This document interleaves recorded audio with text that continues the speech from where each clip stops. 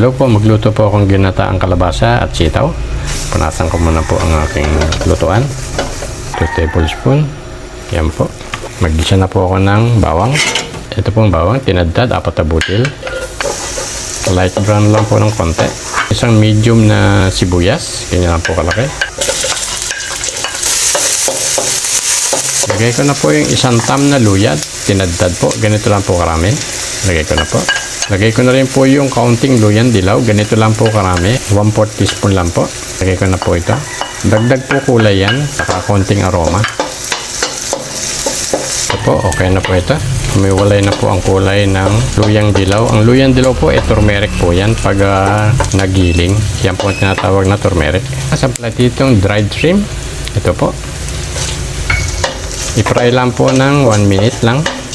Pwede na po itong dried shrimp. Pwede rin po yung sariwa. Yan po, nakasang minuto na. Bango na. Ito po yung kalabasa. Nagka-cubes ko na po. 1 kilo po yan. Haluin po.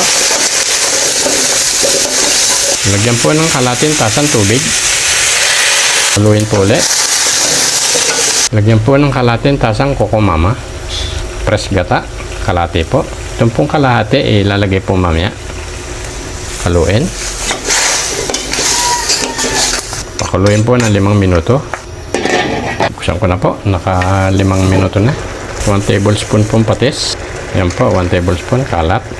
Lagyan po ng paminta, 1/4 teaspoon. Kung gusto niyo pong medyo manghang na konti, pwede pong 1/2. Magsimula muna po kayo sa 1/4 teaspoon. Haluin. Pong sitaw, kalahating tali po ito. Lagay ko na po. Haluin. Lagay po ang siling haba, mga 10 hanggang 15 piraso. Lagay lang muna po sa ibabaw bago po haluin. Takpan. Takpan ko na po. 3 minuto na. Haluin ko na po. Nina, nakumuha po ako rito ng kalating tasa. Kung natitira nito, ilagay na po. Haluin ulit. I-simmer po ng 5 minuto. Buksan ko na po. Naka 5 minuto na. Lagay ko po yung huling pampalasa. 1/2 teaspoon na salt. Ayan, ganyan. 1/2 teaspoon lang po. Haluin. 1 minuto lang po. Pan.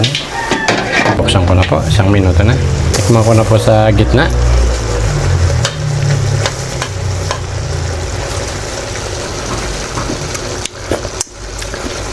Sarap po at manamis-namis ang kalabasa. Pagpalasa po sakto lang po yung alat. Yung huling pampalat po 1/2 teaspoon na asin. Yung naunang pampalat 1 tablespoon na patis. Yun lang po naging pampalat. At dried shrimp may konting alat po yung kaya naghalo-halo na po sila. Masarap po. Subukan nyo po at baka magustuhan nyo. Marami pong salamat.